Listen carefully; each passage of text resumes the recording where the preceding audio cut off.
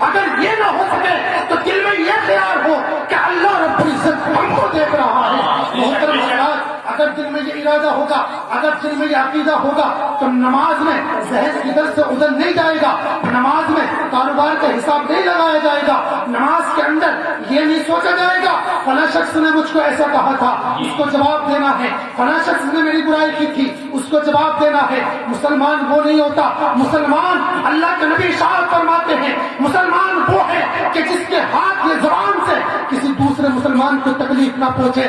اگر آپ کے ہاتھ یہ زبان سے کسی کو تکلیف پہنچتی ہے سمجھ لینا مسلمان نہیں ہے. کہیں ایسا نہ ہو کہ مجھ پر اعتراض کر دے کہ مولانا صاحب آپ کے بولنے سے تکلیف ہوتی ہے، جو جوا کھیلتے ہیں انہیں تکلیف ہوتی ہے، جو شراب پیتے ہیں انہیں تکلیف ہوتی ہے. تو سنو، اگر کوئی غلط کام کرتا ہے اور اگر اس کو کچھ غلط کہا جائے تو اللہ کے نبی ارشاد فرماتے ہیں الحق مر، حق جو ہوتا ہے کڑوا ہوتا ہے، اس سے تکلیف ہوتی ہے. تو اس سے مطلب یہ نہیں کہ اگر کسی کو تکلیف ہوتی ہے تو حق کرنے چھوڑ دو، بلکہ جب اللہ رب العزت نے ہم کو زبان دی ہے، اللہ رب العزت نے ہم کو زندگی دی ہے، تو اس لیے دیے بندو سنو، اللہ رب العزت نے تم کو زندگی دی تو اس لیے دی جب تک اس میں زمین پر اپنی زندگی گزارو، جب تک اس میں زمین پر اپنی زندگی بسر کرو، جتنی طاقت ہو اس طاقت کے اعتبار سے ظلم کے اس ظلم کو، اس برائی کو، اس کو روکو.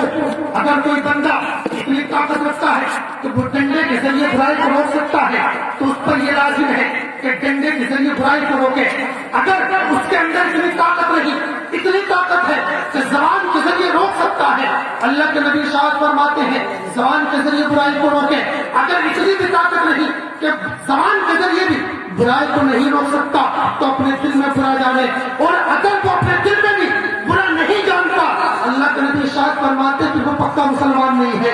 پکا مسلمان وہ ہے جو برائی کو برا کہے. اگر طاقت و قوت رکھتا ہے، اگر اتنی طاقت و قوت نہیں تو برائی کو اپنے دل میں احساس کرے کہ اس بندے نے برا کیا، یہ بندہ برا کرتا ہے، یہ بندہ برا کہتا ہے. اور اگر اتنا نہیں کر سکتا اللہ کے نبی ارشاد فرماتے اور علماء فرماتے ہیں کہ وہ کامل مومن نہیں ہے. کامل مومن وہ ہے جو تمام فرائض واجبات پر عمل کرے، تمام اللہ رب العزت کے احکام پر عمل پیرا ہو. جب وہ تمام احکام پر عمل پیرا ہو جائے گا، تمام فرائض واجبات کی ادائیگی کرے گا، اللہ کے نبی ارشاد فرماتے ہیں اور تمام فرائض سے محفوظ رہے گا تو اس دنیا کے اندر بھی شان سے زندگی گزارے گا، آخرت کے اندر بھی اللہ رب العزت اس کو ایک عالیشان محل عطا فرمائے گا، جنت میں اس کا قیام فرمائے گا. محترم حضرات، مگر آج آپ اور ہم ہیں ادھر سے سنتے ہیں ادھر چلے جاتے ہیں، آخر ہم پر اثر کیوں نہیں ہوتا؟ کیوں؟ ہم دیکھتے ہیں دنیا کے اندر کچھ علماء بھی اس سب کے اندر داخل ہیں، کچھ علماء بھی اس سب میں شامل ہیں کہ وہ کہتے کچھ اور ہے، عمل کچھ اور کرتے ہیں. ایک اللہ والے کی بارگاہ میں ایک بوڑھی آتی ہے اور عرض کرتی ہے حضور میرا بیٹا شکر زیادہ کھاتا ہے، آپ کچھ تعویذ دے دیا جائے، آپ کچھ اس کو حکم فرما دے تاکہ یہ شکر کھانا کم کر دے. اللہ کے ولی ارشاد فرماتے ہیں کہ آج کے روز آنا، 8 دن کے بعد تشریف لانا.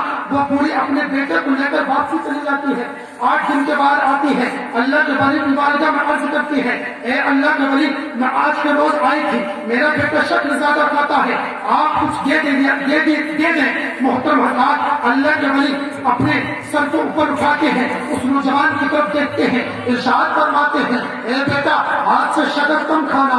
بوڑھی سے ارشاد فرماتے ہیں جاؤ.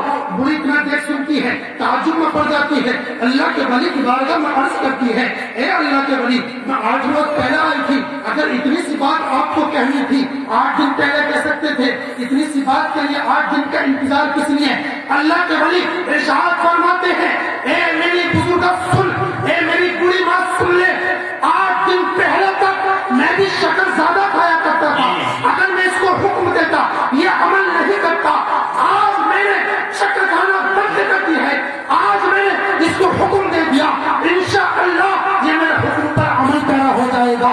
پتہ لگا جب تک خود عامل نہ ہو کتنی تقریریں کرتا رہے، کتنے حلق پھاڑتا رہے، اگر خود عامل نہیں اس کی تقریر اثر نہیں کر سکتی. محترم حضرات، پتہ لگا پہلے کچھ عمل کرنا پڑے گا تب جا کر لوگوں کے دلوں پر اثر ہوگا.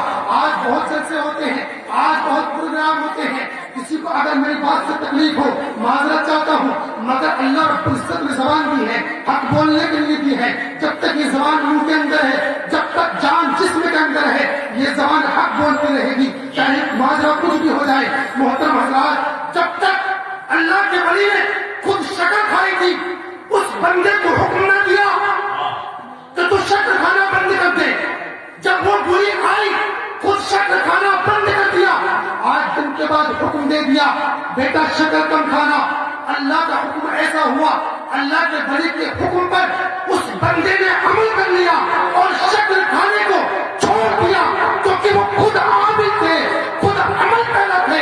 جب خود عمل پیدا تھے، ان کو حکم پر عمل کیا گیا تھا. محترم حضرات، آج اللہ کے ولی نعرے تکبیر، نعرے رسالت، مسلک اعلیٰ حضرت، جشن غوث الورا، جشن غوث الورا علامہ مفتی عالم صاحب اللہ نعیمی. نعرے تکبیر، نعرے رسالت، زندہ باد. نیند تو نہیں آ رہی ہے تو ہاتھ بات کو سبحان اللہ. سبحان اللہ. ایسا میری عادت نہیں ہے، میں کرواتا نہیں ہوں. دیکھیے ہمارے جو مہمان حضرات ہیں وہ سوال کی سرزمین پر تشریف لا چکے ہیں.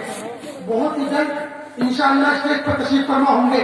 آپ ان کے چہرے کی زیارت کریں گے اور اللہ کے نبی ارشاد فرماتے ہیں جس نے عالم عمل کے چہرے کی زیارت کی گویا کہ اس نے میرے چہرے کی زیارت کی. تو محترم حضرات، آپ ادھر شانتی بنائے رکھیں اور جو میرے بھائی ابھی بھی اپنے گھروں میں تشریف فرما ہے، یہ ادھر ادھر چڑاؤ پر بیٹھے ہوئے اپنی فضول کی گفتگو کر رہے ہیں، ان سے مؤدبانہ عرض ہے کہ وہ اس جلسہ میں تشریف لائے اور جلسے کی رونق کو بڑھائیں اور ثواب دارین حاصل کریں. محترم حضرات، آخری بات عرض کر کے رخصت ہوتا ہوں. اللہ کے ولی کی بارگاہ میں ہم جاتے ہیں، دعا بھی کراتے ہیں، تعویذ وغیرہ بھی کراتے ہیں، ان کے مزارات پر بھی جاتے ہیں اور مزارات پر جانے کے بعد میں ان کے وسیلے سے خدا کی بارگاہ میں دعا کرتے ہیں، کیونکہ اللہ کے ولی کے وسیلے سے دعا کرنا اللہ رب العزت کی بارگاہ میں قابل قبول ہوا کرتی ہے. محترم حضرات، اللہ کے ولی کے پاس جانا یہ چاہیے اور ان سے دعا بھی کرانا چاہیے. آئیے ایک آخری بات بتاتے چلو. ایک بندہ دنیا کے اندر اللہ رب العزت نے ہم کو بھیجا تو اس لیے بھیجا کہ نیک اعمال کرے اور نیک اعمال کے ساتھ ساتھ نیت بھی اچھی رکھے. اگر کسی بندے کی نیت غلط ہے اور اعمال اس کے صحیح ہیں، مثال کے طور پر کوئی بندہ نماز پڑھتا ہے اور اس لیے پڑھتا کہ لوگ مجھ کو نمازی کہیں، لوگوں کے درمیان میرا چرچا ہو، لوگوں کے درمیان میں معروف و مشہور ہو جاؤں. اگر اس نیت سے پڑھتا ہے تو اس کی نماز یہ دکھاوے والی نماز ہے، اس کی عبادت دکھاوے والی عبادت ہے. دنیا کے اندر کوئی عمل کرو، نیت اچھی ہونی چاہیے. ایک اللہ کے ولی کی بارگاہ میں ایک شخص آتا ہے، عرض کرتا اللہ کے ولی میں نے بڑا عالیشان محل بنایا ہے. محترم حضرات، ہم بڑے بڑے اچھے مکان بناتے ہیں، اے سی فٹ کراتے ہیں، سردیوں کے لیے ہیٹر فٹ کراتے ہیں، گرم پانی کا ہمارے گھروں میں انتظام. میں یہ نہیں کہتا نہیں کرو، کرنا چاہیے. محترم حضرات، ایک اللہ کے ولی کی بارگاہ میں ایک شخص آتا ہے، عرض کرتا ہے اے اللہ کے ولی میں نے ایک عالیشان محل بنایا ہے، ایک اچھا مکان بنایا ہے. محترم حضرات، حضرت نوح علیہ السلام کی عمر تقریباً 950 برس کی تھی. تاریخ کے اندر آتا ہے کہ 950 برس کی عمر حضرت نوح علیہ السلام کی تھی اور ان کا مکان کتنا بڑا تھا، اتنا بڑا تھا جب اس مکان کے اندر سوتے تھے، جب مکان کے اندر لیٹتے تھے، اگر وہ سر کو چھپاتے تو ٹانگیں باہر ہو جایا کرتی تھی، ٹانگوں کو چھپاتے سر باہر ہو جایا کرتا تھا. حضرت جبریل امین نے عرض کی اے اللہ کے نبی، آپ کا اتنا چھوٹا مکان ہے، آپ کی عمر 950 برس ہے، آپ اپنا مکان تو ٹھیک ٹھاک کر لیجئے. حضرت نوح علیہ السلام نے ارشاد فرمایا تھا اے جبریل امین میری عمر صرف 950 برس کی ہے. جبریل امین نے ارشاد عرض کی اے اللہ کے نبی، آپ کی عمر تو 950 برس کی ہے، آخری امت کی عمر تو 70-80 برس کی ہوگی. بڑے بڑے محل بنائے گی، بڑے بڑے مکان بنائے گی، بڑے عالیشان محلات میں رہے گی. حضرت نوح علیہ السلام نے ارشاد فرمایا اے جبریل امین، اگر مجھ کو معلوم ہو جائے کہ میری عمر 60 سے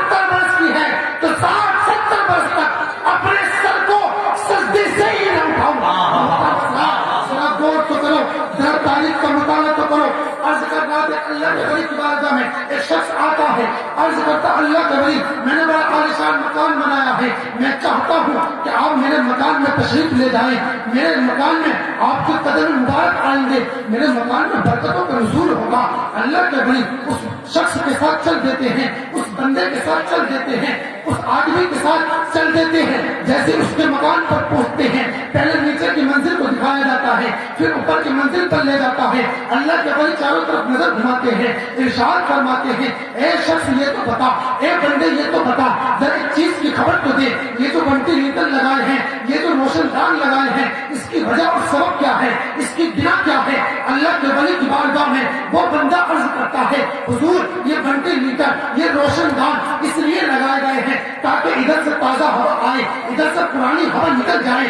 اللہ کے ولی جب اتنا سنتے ہیں جلال میں آ جاتے ہیں اور ارشاد فرماتے ہیں اے بندے سن لے، تیری نیت غلط تھی، اگر تو نے یہ روشن دان لگائے تھے اور تیری نیت یہ ہوتی جب مسجد کے اندر سے مؤذن حی علی الصلاۃ اور حی علی الفلاح کی صدائیں بلند کرے گا، میں نماز کے لیے جاؤں گا، اس روشن دان کے ذریعے اس اذان کی آواز میرے کانوں میں آئے گی، میں خدا کی بارگاہ میں سجدہ کروں گا، تو تجھ کو تازہ ہوا بھی ملتی رہتی اور اس روشن دان کے لگانے کی نیت بھی تجھ کو ثواب بھی ملتا رہتا۔ اللہ زندہ باد زندہ باد، نعرہ تکبیر، نعرہ رسالت، مسلک اعلیٰ حضرت جشن غوث الورا، نعرہ تکبیر، نعرہ رسالت۔ محترم حضرات، دنیا کے اندر اگر کوئی عمل کرو تو نیت اچھی ہو، کیونکہ آپ حضرات جانتے ہیں، بار میں بتاتا رہتا ہوں، بخاری شریف کی سب سے پہلی